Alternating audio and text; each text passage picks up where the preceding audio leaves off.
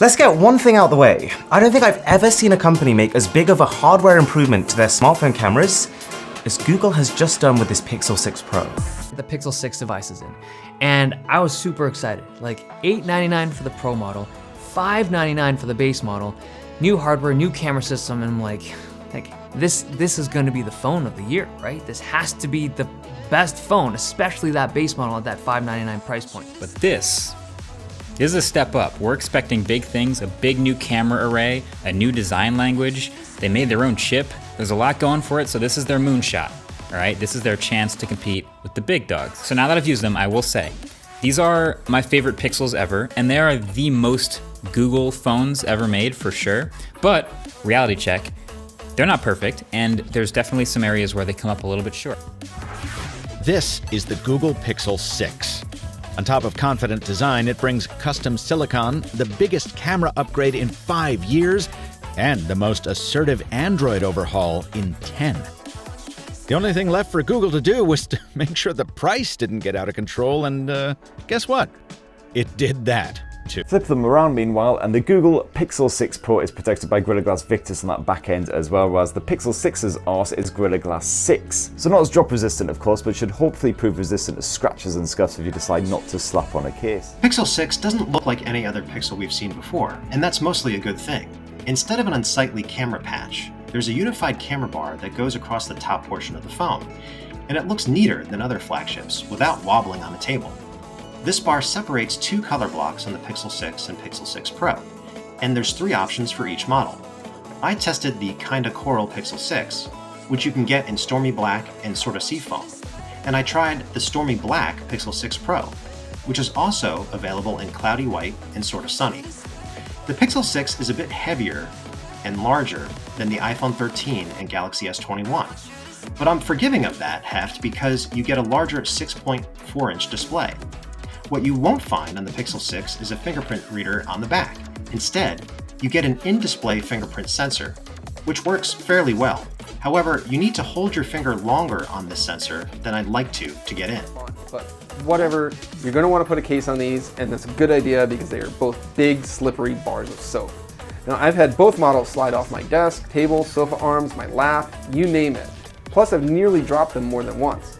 We even managed to crack one of our review samples. Even though these have Gorilla Glass Victus on the front, you can still break them easily enough, so you're going to want to get a case. And when I first got my hands on these Pixels, I really wasn't so sure about this design. From the front, it's hard to tell them apart from a Samsung Note 10 or Note 20, and from the back, they kind of look like TCL phones to me. And after a couple of weeks, the design really hasn't grown on me. Sure, they feel nice and premium in ways that prior Pixels didn't, but they kind of lack some of the whimsy and fun that the older models had. Which is the 6 Pro. This is the one that's here to take shots at the iPhones and Samsung Galaxy S21 Ultras of the world, and it competes, but the 6 is the real deal. So I've grown to really like this camera bar design for the Pixels. And the fact is, it is polarizing, like it doesn't look quite like any other phone. The only weird part is it doesn't quite blend nicely into the aluminum sides of this phone. I think it would have been really cool if it was like a seamless blend, like one piece, like what Samsung did with the S21 Ultra. But there are a lot of seams all over this camera mod. But as usual, what matters is the context within which you experience those specs. And with the Pixel 6, the word that keeps leaping to mind is cohesiveness. This is a Google phone in a way that not many of its predecessors have been. These curved edges, they're kind of going out of style. I know that gets you even smaller bezels, and they are a little bit smaller, but the fact that it gets kind of a bit darker in the very corners isn't doing the screen any favors. Also, the fingerprint reader on the display of both of these phones is kind of slow. So it appears to be an optical sensor shining a light on your finger instead of those new ultrasonic ones Samsung is using. And yeah, it's gotten kind of annoying after a while. Often it will take a full half second, at least long enough for me to get annoyed that I'm waiting for it to read my finger. Now, a lot of people were wondering how Tensor would benchmark, and I don't think that's the right way to think about this new chip, but that's clearly not what Tensor is about. This might be the biggest, this is what makes it a googly phone. This is the biggest difference between the benchmarks and what the phone is actually capable of that I've ever seen. Serial U, Android 12 is another thing entirely. To begin with, it codifies a feature many manufacturers have experimented with over the years by analyzing the wallpaper you choose for dominant colors and then applying those colors system-wide. But it's not about the performance as much as it's about the features, and this continues a tradition of the Pixel phone being the smartest smartphone to come out every year. So, besides the stuff we've already seen, like call screening, where Google Assistants can filter incoming calls for you, or Now Playing, which ambiently detects whatever song is playing in the background in your environment and just keeps a running list so you can remember what song was going on in the background in the grocery store an hour ago. And we've seen live captioning of any and all videos and phone calls and movies in real time. Besides all of that, there is some new improved stuff thanks to Tensor and dedicated pieces of that chip. So first of all, speech to text, unreal on this phone. Absolutely incredible. To the point where it actually changes the way I use the phone. I try to use voice more often on this phone because it's so good. So anywhere I'd normally be typing, I use that mic button anywhere I can.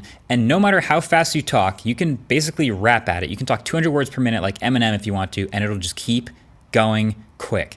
It also adds punctuation really accurately, so you don't really even have to think about that. You're just automatically grammatically accurate all the time. This is going to make sitting in lectures and people in class taking notes way less stressed, and basically anywhere else transcription is useful. And even on top of all that, it's smart. So if you say a name, it will pull from the names in your contacts, try to make sure it spells it right. If there's multiple different spellings of names for something and you correct it once, it will remember that corrected spelling of a name, things like that. If you say delete this or send, it doesn't type those words, it knows what you're trying to do, and will actually delete the words or send the message. Now there's also a new feature in Google Photos for Pixel 6 that lets you go back to any picture in your library and erase the things that you don't want.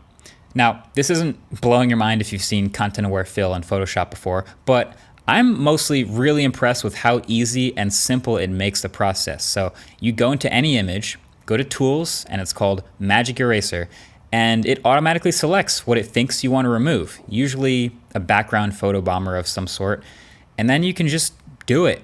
And if there's other stuff you want to remove, you can draw a sloppy outline around it. It will auto-detect the edges, usually really well with any sort of contrast, finds the object you're talking about, and just removes it, just like that. So it kind of reads like magic, and people on Twitter loved it. But just like Photoshop's content-aware fill, it has certain things it works really well on and other things not so much. So it works best with simple repeating backgrounds, maybe gradients or textures, and with a lot of contrast. But if you try to get rid of like a large object that's in front of several different backgrounds, well, that's just gonna look bad. Like that's difficult for AI. But I was very impressed with some of the things it pulled off just messing around with it. It's probably a gimmick feature still for most people. And there's so much to talk about. So let's start off with the camera system, because to me, the camera system is what defines this product, but it also kind of defines the Pixel brand. They've addressed a lot of their previous phones' weaknesses, whilst at the same time apparently taking their strengths to a whole new level. So, through 12 short categories, we're going to see if it's enough to beat the current joint camera champion, the iPhone 13 Pro. Spoiler alert, there is a major problem here. So let's kick things off with audio. Right now you're listening to the sound quality from the Pixel. Right now you're listening to the sound quality from the iPhone. Pretty comparable, right? Until you go to a louder environment with the Pixel now have the option to eliminate it, and it's rather effective. So I'm giving audio to the Pixel. And this phone also wins when it comes to zoom. Like, even though one of the key upgrades for the iPhone 13 Pro was its new 3x optical zoom camera, it doesn't measure up to the Pixel's 4x camera. And it's not just that Google's is more zoomed in, it's also that it's a higher quality and higher resolution camera. And so there's just even more room to zoom in further beyond that 4x number. So, for example, in this scenario here, if we decide that we want to take a closer look at what's happening on this bench, we can zoom in 2x, 3x, 4x, 5x, and now 10x, and you'll find that the Pixel's image is pretty presentable even at this magnification. It does well. Like, the images have a lot of detail in the dark areas, and same with the highlights, stuff doesn't look overexposed or anything. It has a very good ability to capture regular shots, like well-lit, proper conditions.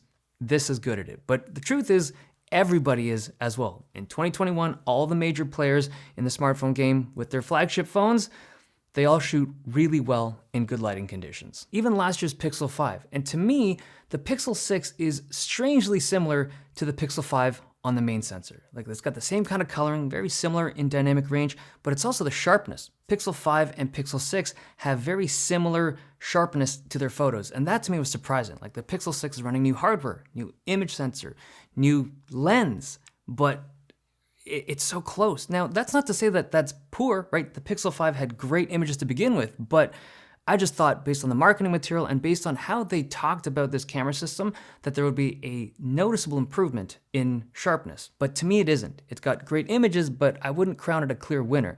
Now in terms of the ultra-wide... But let's talk about these software features actually, because the Pixel does have quite a lot that are worth a mention. Yes, it misses out on the macro mode that the iPhone has, which also includes macro videos as well as macro photos. And it doesn't have anything close to Apple's cinematic mode, which is not perfect, but good enough to be able to simulate a much higher end video camera as far as an average consumer is concerned. However, it's got 4 different stabilization modes.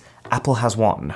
It can take photospheres, think of them like a fully 360-degree snapshot, and a genuinely cool mode to use at a vantage point of some sort. It's got a way more advanced editing suite built in, with features like segmented adjustments to be able to apply settings to individual parts of a photo, as well as face deblurring after you've taken a shot, which is sometimes indistinguishable from magic. Oh, and speaking of magic, a tool called Magic Eraser, which can identify photobombers and allow you with one tap to literally delete them from existence. You can pull up normal photos and even years after they've been shot, convert them to portrait mode. Plus also 2 new features called Action Pan and Long Exposure. They're both made to be used for when you're shooting moving objects, and they're kind of polar opposites of each other. Action Pan tracks the object, thus blurring the background behind them as they move. Long Exposure tracks the background, thus making the foreground, whatever it is that's doing the moving, a blur. These aren't exactly groundbreaking, but it is cool that on the Pixel 6 you can take these without needing to use a tripod. These are both really smart cameras. Both can recognize and copy text from a photo you take. Both can identify faces and all that jazz, but I'll give the software features category slightly to the Google phone, just because of its options. Okay, let's talk about video. So this to me is the biggest letdown of the Pixel devices this year. So in the past, Pixels have always struggled with video. In terms of just image quality and stabilization, it's always just been a step behind almost everyone else, but particularly with the iPhones. And it feels so similar, once again, to the Pixel 5. And I'm surprised at how mediocre that video quality is. Like, it's new camera system, new hardware, how does it still look like that? Like, the colors feel off to me. It's just surprising to me that this is what the new Pixels can do. Now, I'm someone that came from the Pixel 5. This was the phone that I used for the majority of the time last year, and I'm used to the images, I'm used to the videos. I think I was just expecting these to fix a lot of the issues that the Pixel 5 had, but a lot of it still remains. Okay, so what's the result? I had high expectations coming into this comparison. The Pixel 6 Pro is a huge leap forward in camera hardware. It's the first time the company has gone through this big of a redesign. It's got a custom Google chip. I kind of felt like this was going to be a truly next generation product. And to be honest, in my early testing, it followed through on that. I noticed how photos had this beautiful depth of field, how it was really good at zoom, and all of Google's new cool software features. However, this phone is majorly let down by its seeming lack of real-time processing.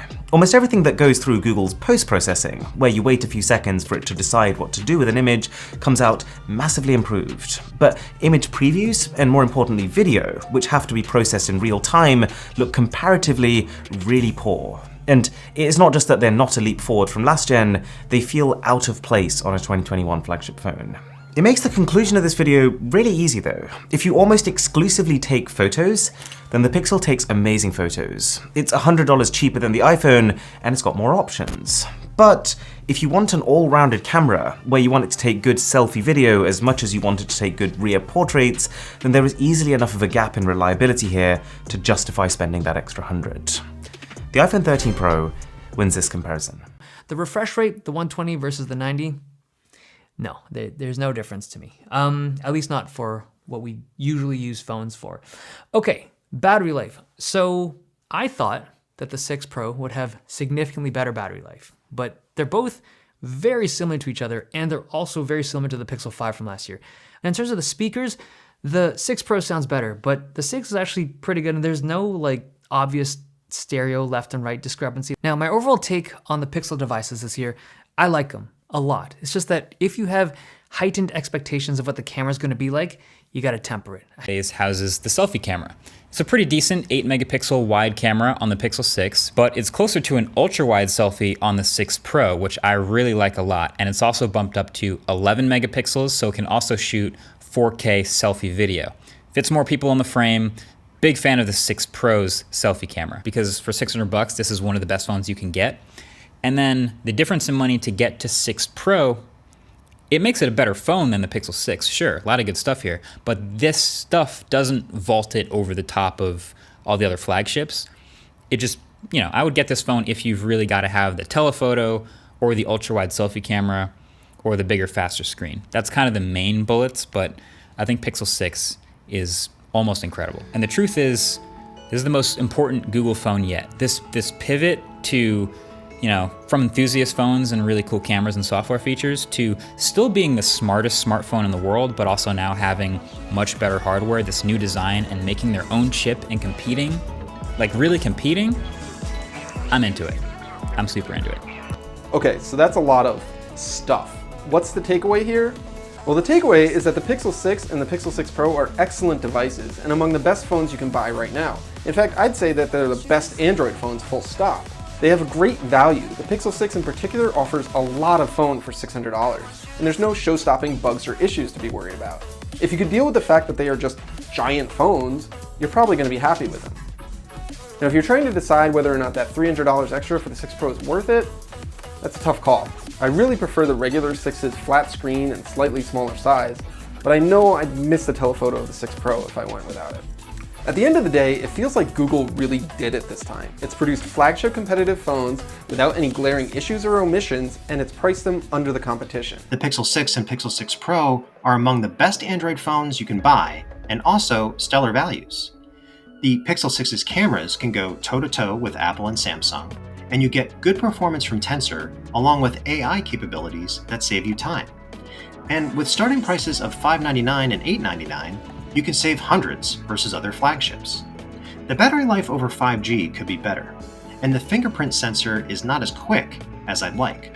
But overall, the Pixel 6 and Pixel 6 Pro are serious contenders.